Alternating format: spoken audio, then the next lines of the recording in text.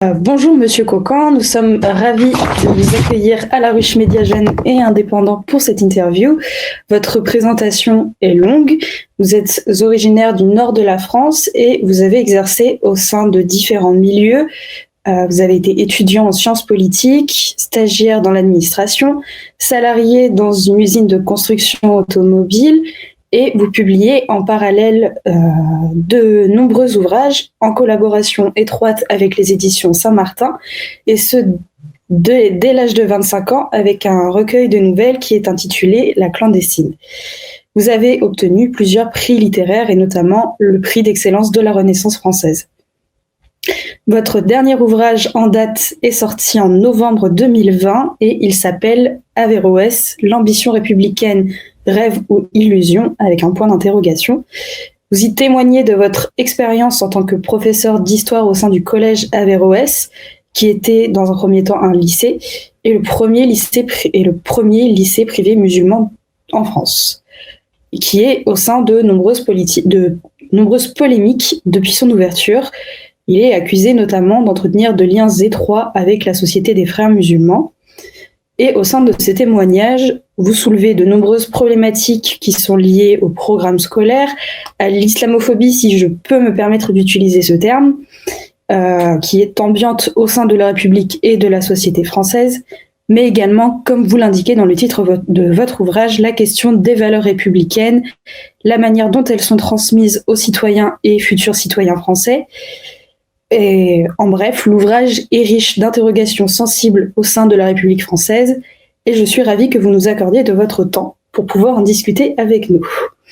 Et donc, pour commencer, j'aimerais vous parler de votre expérience en tant que professeur à Averroès. Comme je l'ai expliqué durant l'introduction, Averroès est un lycée et un collège privé musulman qui est soumis à de nombreuses critiques depuis son ouverture. Et donc, ma question est la suivante. Quelle est la réelle différence entre un simple établissement privé et Averroès ? Moi, je placerais le curseur un petit peu ailleurs. Je dirais quelle est la différence entre un établissement privé et un établissement qui n'est pas privé. Parce que je me suis aperçu, en faisant ma petite enquête, en confrontant des témoignages, un établissement privé, qu'il soit catholique, qu'il soit musulman, qu'il soit juif, à partir du moment où il décide de s'inscrire dans une démarche de reconnaissance, ces établissements n'ont pas le choix. Ils doivent s'inscrire dans la logique des référentiels officiels de l'éducation nationale. Donc, Averroès, depuis sa création dans les années 2000, Averroès est inscrit dans cette logique et c'est un des premiers éléments qu'on vous dit quand vous poussez la porte.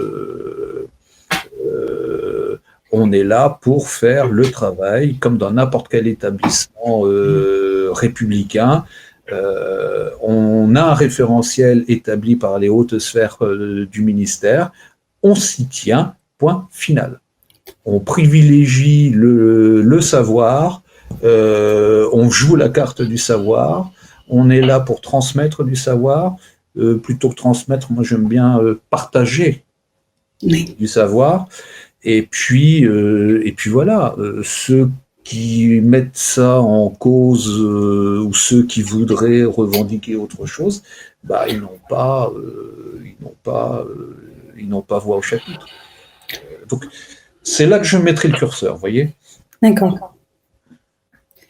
Alors, d'après les informations que j'ai trouvées à l'intérieur de votre ouvrage, mais également sur le site du Sénat, j'ai compris que le lycée Averroès était sous contrat d'association, mais pas le collège. Exactement. Est-ce que vous avez une explication à donner par rapport à ça ? Qu'est-ce qui pourrait expliquer Nous, en tant que professeurs, on nous demande de faire notre job, on le fait. Pas parce qu'il faut le faire, mais parce qu'au final, c'est très prenant. Puis on a des élèves qui nous donnent envie de le faire, donc on le fait. La question que vous posez est très pertinente. Elle est plus du domaine de la direction administrative de l'établissement. Moi, à mon niveau, et les collègues, c'est pareil, on a l'impression qu'il y a quelque chose qui bloque dans les hautes sphères. Et là aussi, c'est pas réservé à Averroès, mais on s'est aperçu que ça concernait tout ce qui est enseignement privé en France. Depuis 4 ou 5 ans, rien ne bouge.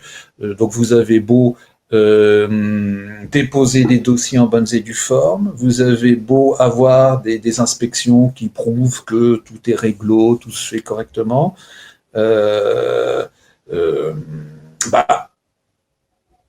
y a quelque chose qui ne va pas. Et apparemment, c'est pas tellement au niveau local ou régional, c'est plus haut que ça se joue.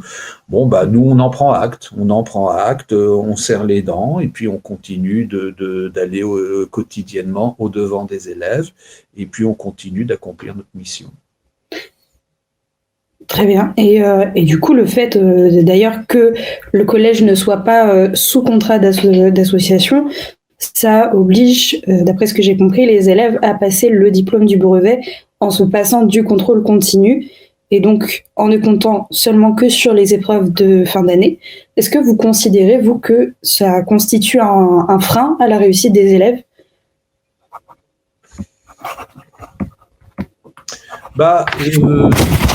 Sur le fond, c'est pas très juste, parce qu'il y a des élèves qui ont le parachute du contrôle continu, et puis il y a nos élèves. Maintenant, est-ce à dire que c'est un frein ? Ça fait quelques années que je suis sur ce bateau-là. J'aurais tendance à dire que finalement, c'est peut-être un mal pour un bien. Parce que finalement, nos élèves, ils s'y préparent, j'ai envie de dire, pour de vrai. Oui. C'est pas un examen à moitié, ce qui fait que même les meilleurs, si vous voulez, quand on arrive à la fin juin, qui doivent passer l'épreuve, même les meilleurs n'ont aucune garantie. Ils peuvent pas se dire j'ai les points au contrôle continu, donc je vais passer l'écrit parce qu'il le faut, mais c'est in the pocket. Là, non, c'est un vrai examen. Ils vont le chercher. Il n'y a personne qui va leur donner, il n'y a pas de rattrapage, il n'y a rien. Si malheureusement, pour une raison X ou Y, ils ne sont pas dans le coup le jour dit, ça sera une année sans, quoi. Donc, on les prépare, ils s'y préparent, on fait beaucoup de méthodologie, on fait beaucoup de choses. Donc, finalement, du haut de leur année de troisième, ils affrontent déjà la réalité d'un examen universitaire au final. Oui. Donc moi je suis très touché parce que, alors pas tellement par les bons aussi, mais je suis très touché par ces élèves qui sont plutôt moyens, vous voyez, qui c'est pas gagné pour eux, mais ils y vont et puis on les accompagne et pour eux, c'est très valorisant de réaliser par eux-mêmes qu'ils ont été capables de réussir ça. Et ça leur donne un petit déclic. Et on les retrouve au lycée après. Ils ont acquis une certaine confiance en eux. Et j'ai envie de dire que quand on voit leur parcours quelques années après, psychologiquement, ça leur a fait du bien. Oui, donc en fait, ça redonne une certaine valeur au DNB qu'on a tendance à plutôt dévaloriser comme en disant que c'est un diplôme que tout le monde a, entre parenthèses, entre grosses guillemets. Hein, mais... Ouais. Non, mais vous avez parfaitement résumé le fond de ma pensée. D'accord. C'est ça. D'accord. Alors, maintenant, j'aimerais discuter un petit peu de l'enseignement de l'histoire, de la géographie et de l'EMC en France, puisque vous semblez quand même assez critique dans votre ouvrage sur les programmes. Et donc, du coup, étant moi-même assez férue d'histoire, il me semblait essentiel de revenir sur la question de l'enseignement de l'histoire en France dans un premier temps. J'ai moi-même une vision personnelle de l'utilité de cet enseignement, et donc je me permets de vous demander en quoi est-ce utile d'enseigner l'histoire aux élèves selon vous, et est-ce que le programme qui est imposé par l'éducation nationale vous semble conforme à ce que les collégiens devraient apprendre de l'histoire? Ah, le programme tel qu'il est fait, sur le fond, il pose pas de problème. Il pose les jalons qui sont nécessaires pour faire des jeunes qui nous sont confiés des citoyens. Je veux pas dire des futurs citoyens, parce que déjà, quand on a 12-13 ans, par certains aspects, on est déjà dans la société. Vous achetez votre petit pain au chocolat dans la boutique d'à côté, je regrette, mais sur votre petit pain au chocolat, il y a une part de TVA. Même si c'est une marchandise à 1 euro, il y a une part. Donc, le fait de la démocratie, c'est aussi contribuer à la société par l'impôt. Bon, là, c'est un petit peu technique, machin truc, mais enfin, c'est déjà des citoyens. Donc, moi, je trouve que la citoyenneté, on arriverait à, parce que c'est de ça dont il s'agit. La citoyenneté, ça passerait beaucoup mieux si on insistait un petit peu plus sur le rapport avec le réel. La théorie, c'est bien, mais il y a un moment où trop de théorie, ça devient abstrait, ça devient vaseux, et c'est même contre-productif parce que, à l'extrême, les élèves, les apprenants auraient vite fait, et quelquefois ça vient quand on fait un petit débat ou quelque chose, oui, mais vous nous expliquez une société en théorie. Nous, quand on sort de l'établissement, quand on traverse et qu'on est sur le trottoir d'en face, on se rend compte que c'est tout à fait autre chose. Donc là, il y a un petit danger. Et donc, toujours pareil, on se plie au programme officiel, on le développe comme il faut dans le respect des BO et tout ça. Et puis, il y a l'histoire, il y a la géo et il y a l'EMC. Et j'ai vu un écrit de votre collègue, Monsieur Guiton, et je le rejoins parfaitement quand il fait son constat aussi. Le MC, concrètement, entre ce qui devrait être fait et la réalité, on a toujours l'impression que le MC, c'est un petit peu le bouche-trou. Ah oui, mais on le paye aujourd'hui en 2021. Samuel Paty, quelque part, il l'a payé de sa vie en octobre 2020. Non, l'EMC, je regrette, c'est tous les jours un petit peu. Et puis l'EMC, déjà, ça commence par cette notion simple. Si vous voulez être respecté, commencez par respecter votre voisin, commencez par respecter l'autre, plutôt que se claquemurer sur des opinions. Et si on discutait un petit peu sur des faits. Donc c'est tous des éléments comme ça que nous on fait. J'ai envie de dire à dose homéopathique, mais c'est pas pour nous vanter, mais petit à petit, on arrive à faire des choses, on arrive à sensibiliser les élèves, et puis on arrive à leur faire comprendre que, et puis surtout, j'ai aussi, et ça c'est peut-être dû avec le recul, avec le temps, je me suis rendu compte aussi que ce soit de l'histoire, que ce soit de la géo, que ce soit de l'EMC, que ce soit même des lettres de manière générale, mais oui, c'est toujours une notion de citoyenneté qu'il y a derrière. Et donner cours à des sixièmes, des cinquièmes, des troisièmes, quelque part, c'est aussi se poser la question, mais quelle société on veut pour demain? Et il y a un certain nombre de choses, on ne peut pas le décider à leur place. Il faut qu'ils fassent eux-mêmes leur expérience, mais on peut les aider en leur donnant des bases, en leur expliquant qu'il y a telle ou telle valeur, d'un point de vue humain, elle n'est pas négociable. Et je m'aperçois quand on collecte la réaction des élèves, en discutant avec eux, en cours ou en off, dans les couloirs ou sur le trottoir devant le collège quand ils ont fini les cours, on s'aperçoit que ah bah oui, finalement c'est vrai, on n'avait pas pensé à ça, et donc c'est de rapprocher le plus possible la théorie de leur quotidien. Et quand on D'accord. va faire la connexion des deux, en partant de ce qu'ils connaissent, ça, on se rend compte que ça désamorce pas mal de choses qui, si on les laissait aller, ça donnerait des drames. Et pour discuter avec les plus grands, on s'aperçoit que ce sont des gens, une fois qu'ils ont acquis ces bases, ils se rendent compte qu'effectivement, il y a des décalages avec la réalité.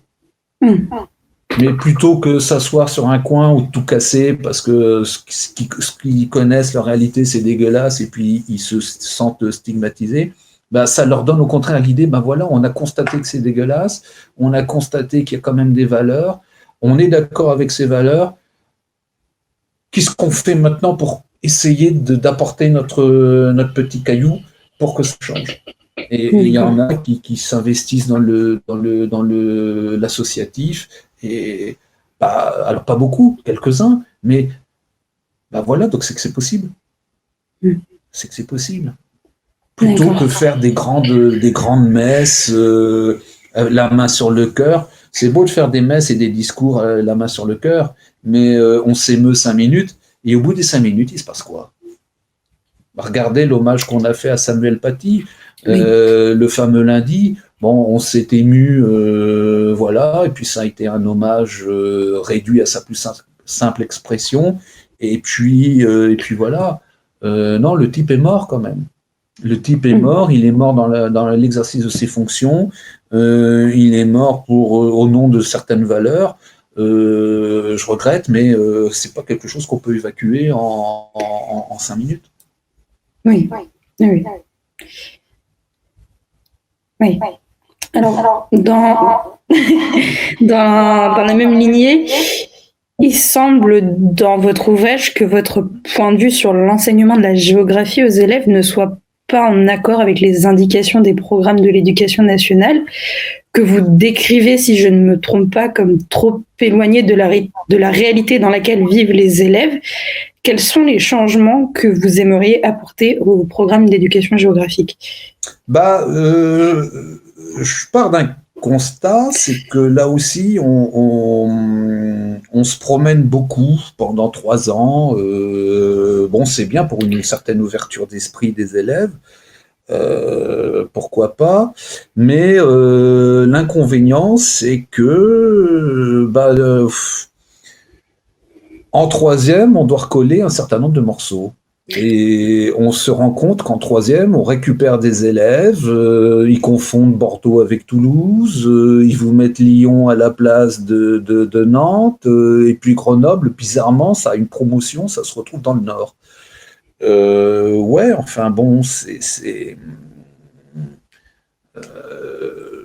y a quelque chose qui ne va pas, quoi. Alors, certes, c'est fini le temps de faire la géographie comme faisaient nos parents, nos grands-parents. Vous appreniez la liste de la centaine de départements, et puis c'était très bien.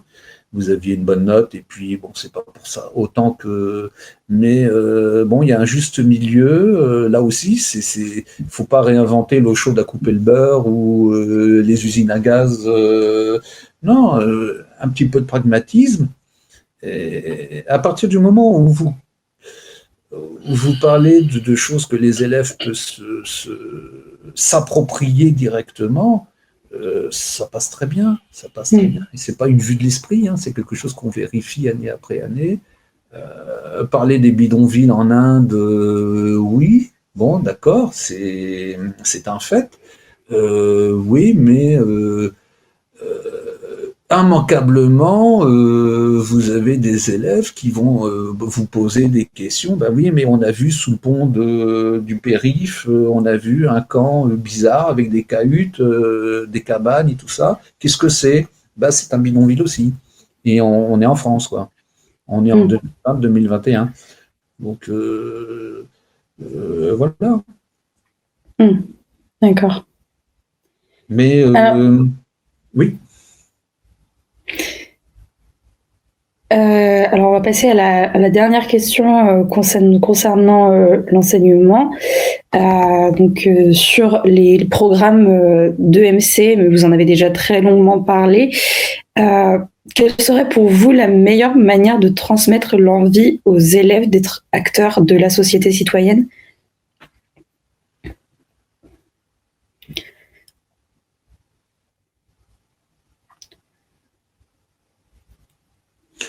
Déjà, leur dire, il n'y a pas des camps retranchés, il n'y a pas des forteresses imprenables qui se regardent avec des dents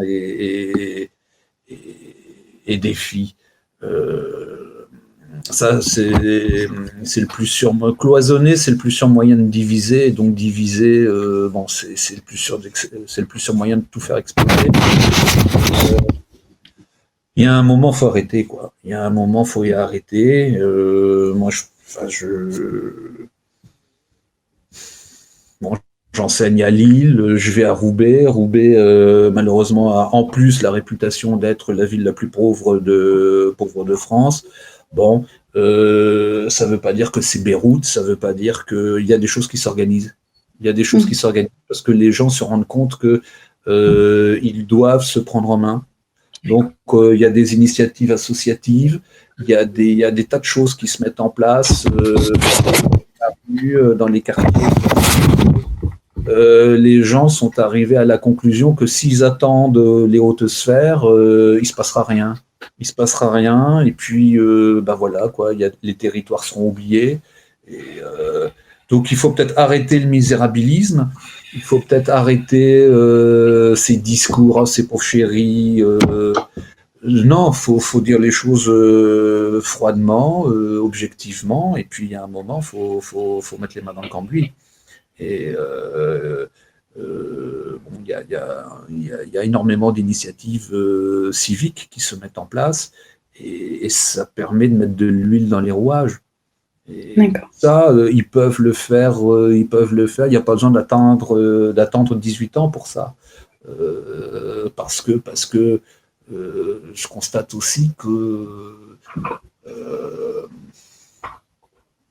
déjà à 11-12 ans, ils sont déjà capables de pointer des dysfonctionnements, ils sont déjà capables de pointer des injustices quand ils y sont confrontés. Et je m'aperçois que quand on les regarde, quand on les écoute, quand on les respecte, ils sont très sensibles à ça. Et une fois que, chacun a donné ses petits gages, chacun a montré qu'on était à l'écoute de l'autre, il y a des choses qui sont possibles. C'est ça aussi que j'avais envie de montrer en écrivant ce livre. C'est pas du tout un livre de guerre, c'est pas du tout un livre de révolution, c'est un livre qui veut rassurer les gens parce que c'est possible. C'est ce que je développe dans la fin, dans la conclusion du livre. Peut-être que si je ne connaissais pas Averroès, peut-être que si j'étais resté sur le trottoir d'en face, je ferais peut-être partie de ces gens qui crient au loup. Parce que c'est ça le problème aussi, c'est qu'à force de... nos grands-parents disaient calomnier, il en restera toujours. Et à Averroès, on est un petit peu confronté à ça. Les gens qui ont un avis le plus virulent, ce sont des gens qu'on n'a jamais vus à l'intérieur. C'est des gens je ne sais même pas s'ils sont passés dans le quartier.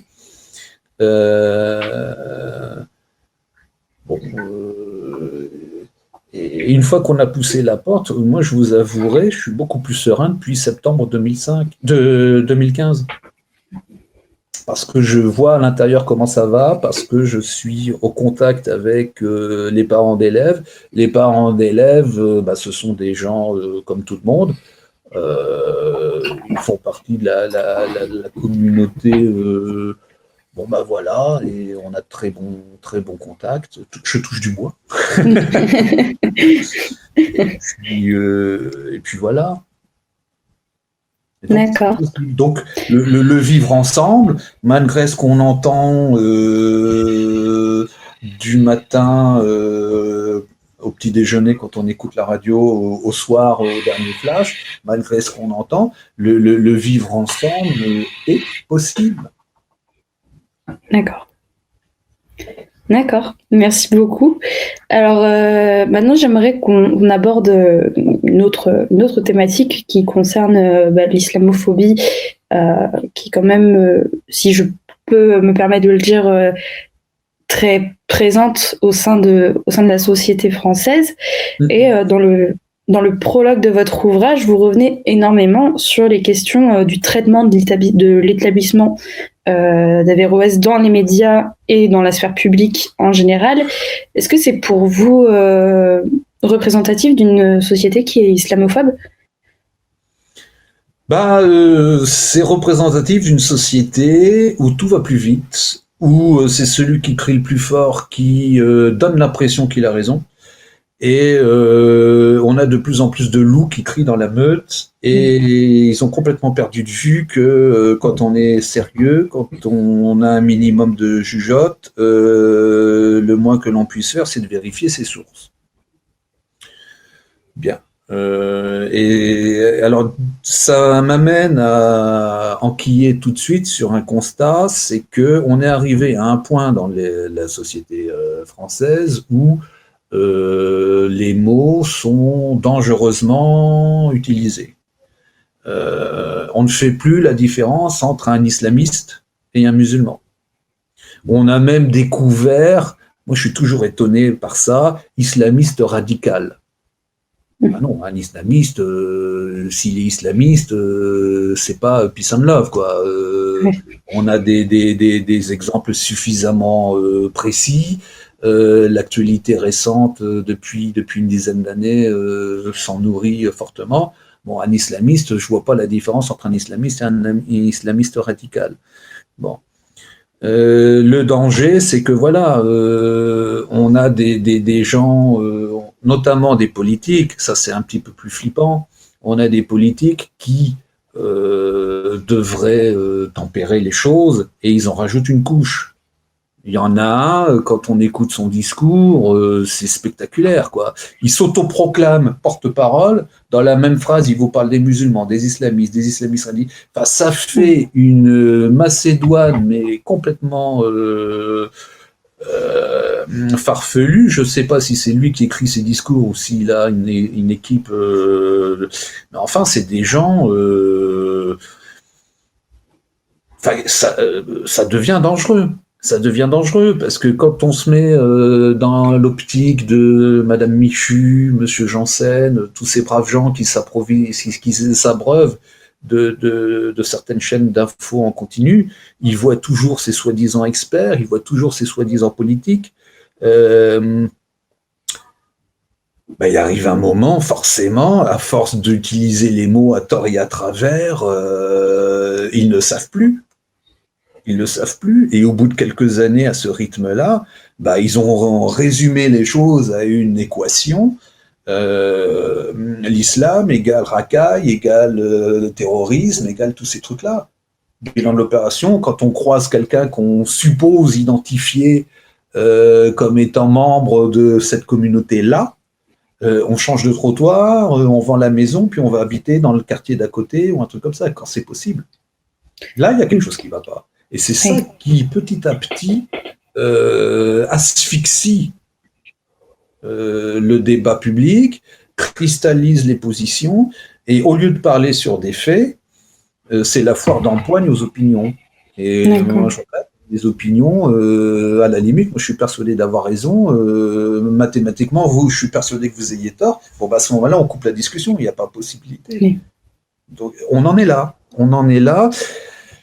Et la conséquence, c'est que ça donne l'impression, effectivement, d'une société qui, si on va vite, si on va très très vite, oui, on a l'impression d'une société qui stigmatise certains, et là est le danger. Bon, d'autant plus que quand je discute avec des parents d'élèves, ce sont des gens... Ils veulent le bien pour leurs enfants, ils jouent la carte républicaine.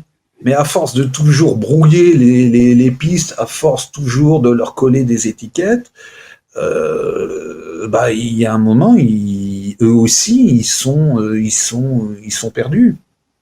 Ils sont perdus. Et c'est pour ça que finalement, les élèves, si on peut les inviter ou leur donner envie de faire entendre leur voix sans passer par des porte-paroles plus ou moins autoproclamés, qui ont des comptes à rendre pour X raisons, et qui instrumentalisent le sujet, instrumentalisent le débat pour leur gloriole personnelle ou pour faire du buzz, on va dans le mur. Oui.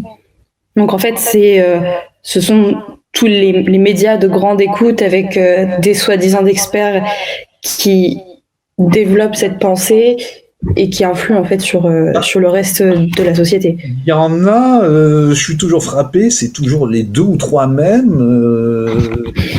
Ils se disent universitaires, vu le temps qu'ils passent dans les médias, je ne sais pas s'ils ont encore le temps de faire leur vrai métier. Mais vous avez ça dans la médecine, vous avez ça dans vous avez une quantité d'experts, vous avez des experts en expertise, enfin c'est complètement démentiel. Et alors il y en a un, sans jeu de mots, il y en a un, il vend son bouquin, l'autre il vend ci, l'autre il vend ça. Oui, mais quelque part on joue avec notre société. On joue avec notre société. Alors quand vous avez fait un petit peu d'études, quand vous avez acquis certaines habitudes, vous vérifiez, vous analysez, tout ça, ça va. Mais quand vous êtes, pour les X raisons, sans qu'on juge, on n'est pas là pour juger, mais il y a des gens qui prennent pour argent comptant. Les fake news, c'est magnifique. Et c'est de plus en plus bankable de faire des fake news. C'est hallucinant. Et il y a des gens, ils croient. Nos anciens disaient, c'est marqué dans le journal, donc c'est vrai. Hein. Et là, aujourd'hui, je l'ai vu sur Google, je l'ai vu sur machin truc bidule. Et non, c'est pas parce que c'est number 1 en recherche sur Google que c'est plus vrai que celui qui est en page 12. Donc ça aussi, on passe énormément de temps, mais ça c'est prévu dans les programmes officiels, on passe énormément de temps à initier les élèves aux subtilités des médias et essayer dans la mesure du possible de déguiser leur esprit critique, parce qu'une trop belle info, c'est pas parce qu'elle est super bien présentée que c'est forcément plus crédible qu'une autre. Donc on en est là. Oui. Est-ce que vous avez, parce qu'il y a aussi à l'intérieur de cet établissement des collègues à vous qui sont pratiquants et puis des élèves aussi. Est-ce que vous avez déjà eu l'occasion de pouvoir discuter de ces sujets-là avec eux et est-ce que vous pourriez en dire un petit peu plus sur la manière dont ils vivent cet étalage médiatique ? Ah, on en discute. Oui. On ne fait pas que boire le café en salle des profs. On en discute. On a des belles discussions qui contribuent aussi à mon début de sérénité. Parce que on s'est aperçu que le dialogue est possible parce qu'on parle de quoi ? On parle des faits. On parle des faits, je respecte leurs croyances, ils respectent les miennes, et puis ça s'est bien passé. On n'est pas toujours d'accord sur tout, on a parfois une analyse historique en fonction des histoires personnelles ou des différentes sympathies ou des choses comme ça, mais non, on en discute et on tombe d'accord sur le fait qu'au final, la communauté musulmane est très soucieuse du bon comportement. C'est une valeur fondamentale, le bon comportement, donc être être respectueux des autres, avancer sans faire trop de vagues pour pas déranger autrui et tout ça. Ça c'est des choses et on s'est aperçu que c'était fondamentales aussi pour une vie en société. Donc, il n'y a pas de raison pour ne pas respecter les valeurs républicaines, quoi. Donc, ça pose pas de problème à partir du moment où tout est clairement identifié, tout est clairement exposé. Je pense que l'ambiguïté, elle naît du non-dit. À partir du moment où les choses sont clairement dites, à partir du moment où les limites sont clairement expliquées, qu'il n'y a pas le sentiment d'être pris en traître, on peut avancer. D'accord. Alors, du coup, on en arrive à la dernière thématique que je voulais aborder, et qui sont en fait des questions diverses sur votre ouvrage de manière générale, mais également aussi en rapport avec l'actualité. Et alors, il y a quelque chose qui m'a interrogée durant la lecture de votre manuscrit dans le chapitre 5, où vous abordez la notion de respect, de la manière dont le respect s'acquiert, et notamment dans la manière que l'on a de s'habiller. Et dans ce sens, vous utilisez l'exemple du survêtement qui est interdit dans les règlements intérieurs des collèges. Est-ce que c'est une idée que vous dégagez seulement parce que ça va dans le sens de la société et de ses attendus, ou alors est-ce que c'est une idée que vous partagez en tout et pour tout ? On est malheureusement dans une société où la première apparence est quand même importante. Même si vous avez lu 135 bouquins dans l'année, même si vous êtes bac plus, il y a quand même la première impression est déterminante. Vous pouvez être très, très brillant, très malin, vous pouvez avoir un charisme époustouflant. Si vous arrivez quelque part en survêt, ça fait tâche. L'exemple que je donne dans le bouquin, disons qu'intellectuellement je le savais, mais là le fait, cette anecdote qui est arrivée à un élève qui cherchait son stage de troisième, ça a été une claque pour lui. Bon, je lui ai pas dit sur le coup, mais ça a été aussi un petit peu une claque pour moi. Et bon, ça s'est passé en 2019 pour ce cas personnel. Et je me suis dit quand même en 2019, ça reste encore déterminant, quoi. Donc vaut mieux. Je sais plus quel comique il y a quelques années avait fait un sketch comme ça. Vaut mieux une paire de mocassins à 40,90 € plutôt qu'une paire de baskets à 175 €, quoi. Après, ça dépend dans quel milieu on se destine. Enfin voilà, la société quand même, c'est encore un curseur important. Alors ça veut pas dire qu'il faut un costume croisé sur mesure et tout façon Peaky Blinders, mais bon, faut quand même faire attention. Oui, on est dans une société où l'expression l'habit ne fait pas le moine n'est pas vraiment appliquée, quoi. Alors, en rapport avec l'actualité, il a récemment été question d'islamo-gauchisme dans les médias suite à la demande de la ministre de l'Enseignement supérieur Frédérique Vidal d'une enquête à ce propos dans les universités. Quelle a été votre réaction face à cette polémique ?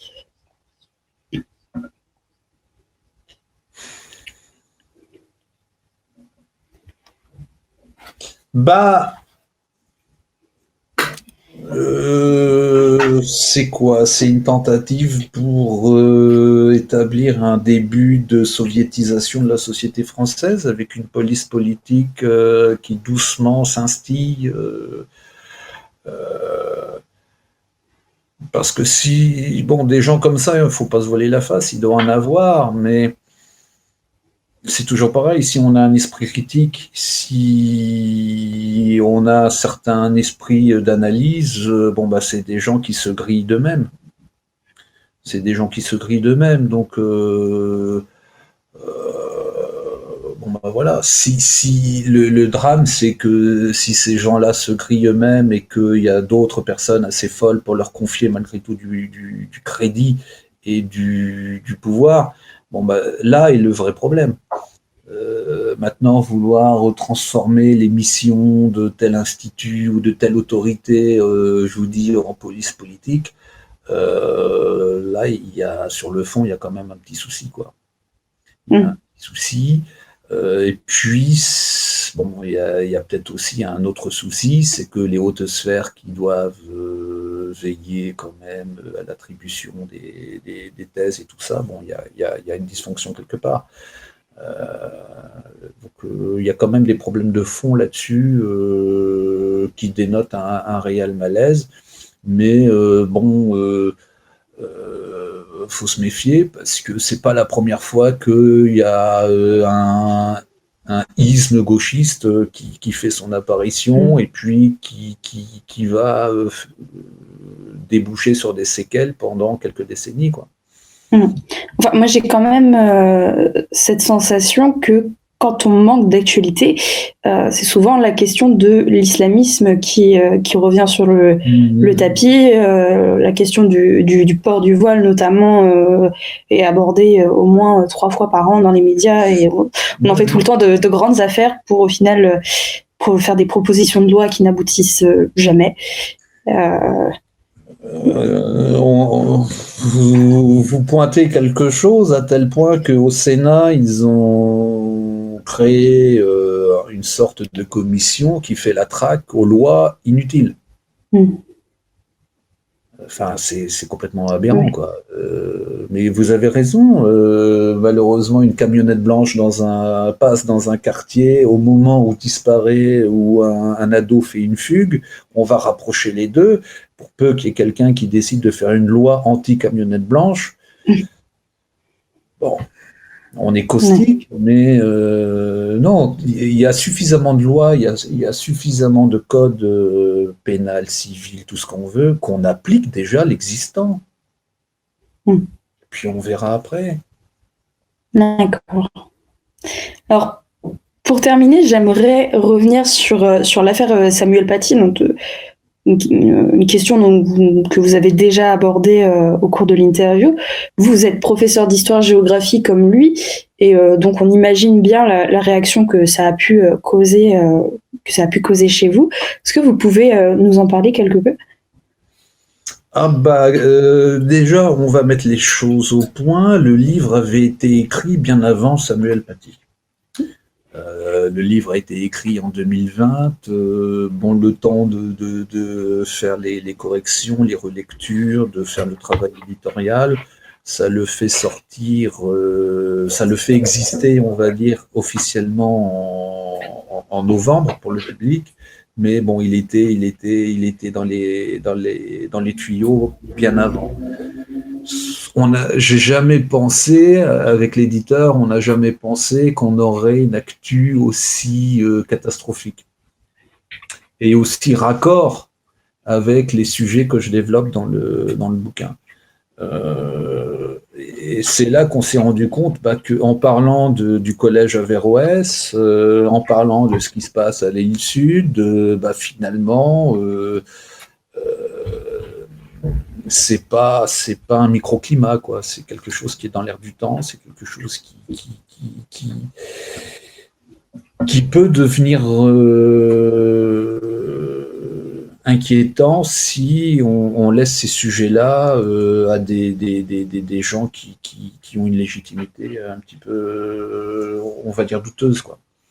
Donc Samuel Paty est arrivé là-dessus. Oui, ça a été un choc. Ça a été un choc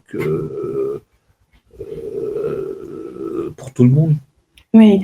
Moi, j'étais.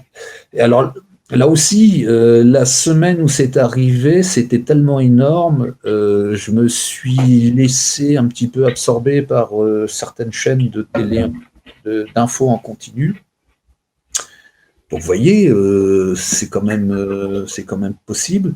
Et je m'étais fait un monde et je pense que j'ai jamais été aussi stressé à la reprise, le fameux lundi. Et je commençais mon premier cours ce jour-là, c'était les 6e. Et franchement, je me posais la question, qu'est-ce que je vais trouver en arrivant là? Et les sixièmes, enfin vous me direz, c'est les sixièmes, c'est encore des petits, mais ils ont eu une réaction qui était très... Enfin, c'était très touchant, c'était très émouvant. Ah, Monsieur Cocan, on est rassuré, on veut surtout pas que ça vous arrive et tout. Et bon, alors c'est les sixièmes, et puis après j'enquille avec les grands. Le lundi matin, je fais les grands écarts. Les petits, les grands, enfin les grands, les troisièmes. Et les troisièmes, ils ont dit à peu près la même chose, mais avec leurs mots à eux. Un ado de 14-15 ans, ça parle pas comme un ado de 11 ou 12 ans. Mais enfin, le fond, c'était ça, quoi. Et c'était pas du chiquet. C'était pas du chiquet. Bon, après, on a essayé de mettre des mots, on a essayé de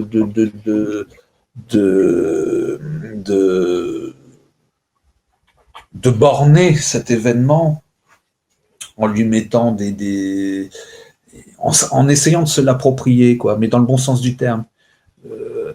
Et, et là aussi, j'en suis ressorti, oui, très ému, et puis un petit peu rassuré, parce que ces mômes sont pas des fous furieux, c'est pas des racailles, c'est des gens, c'est des futurs gens bien, quoi. Ils sont bien partis pour être des gens bien, et, et en espérant que rien ne les abîme d'ici là, quoi. D'accord. Mais non, Samuel Paty, ça a été un grand, grand moment. Et je vois même les collègues du lycée, bon bah ça a été une journée, franchement, on n'avait franchement pas la tête à faire cours, à faire une éval ou un truc comme ça, quoi. Après ça s'est remis en place. Et puis on a la rigueur du programme, on a le timing des progressions et tout ça, donc on s'est calqué là-dessus, mais non, ça a été très très lourd, et ça reste un élément majeur. On peut pas faire comme si ça n'était pas arrivé. Bah oui, c'est clair. Bah pour parler un petit peu de ma réaction par rapport à cette affaire, puisque je suis en licence d'histoire et donc forcément les professeurs se sont sentis extrêmement concernés par ce qui s'était passé, et nous en tant qu'élèves d'histoire également. Et il y a eu comme dans énormément d'universités, un gros rassemblement sur le parvis de la fac, et c'est vrai que il y a des professeurs qui pleurent. Ça, c'est quand même c'est très court comme moment, mais c'est très lourd. Et ah oui, il y a une charge émotionnelle. Oui. Et puis bon,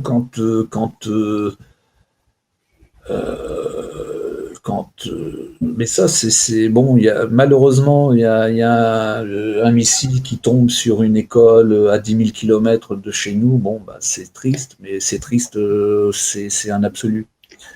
Le fait que ça arrive chez nous, que c'est un collègue, bon en plus à quelques années près on est dans la même classe d'âge et tout. Enfin c'est tout à fait ouf. Oui. Et puis,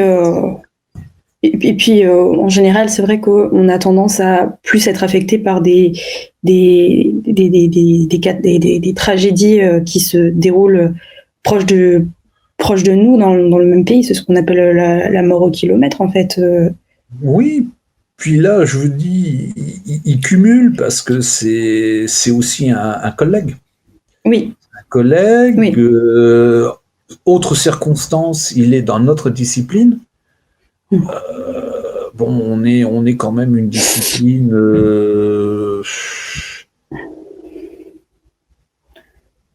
qui a une certaine importance dans le parcours citoyen et tout ça. Donc il a été touché en tant que personne, il a été touché en tant que symbole, c'est incroyable. Et ça fait poser des questions qu'on avait intériorisées, on savait qu'elles étaient là, mais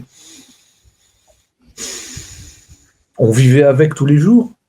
Et puis là, on se les prend en pleine figure. ça remet tout en perspective. Oui. D'accord. Très bien. Très bien. Valérie Coquan, la Ruche Média vous remercie chaleureusement pour le temps que vous lui avez accordé. Je rappelle donc le nom de votre dernier ouvrage pour les éventuels intéressés. Averroès, l'ambition républicaine, rêve ou illusion.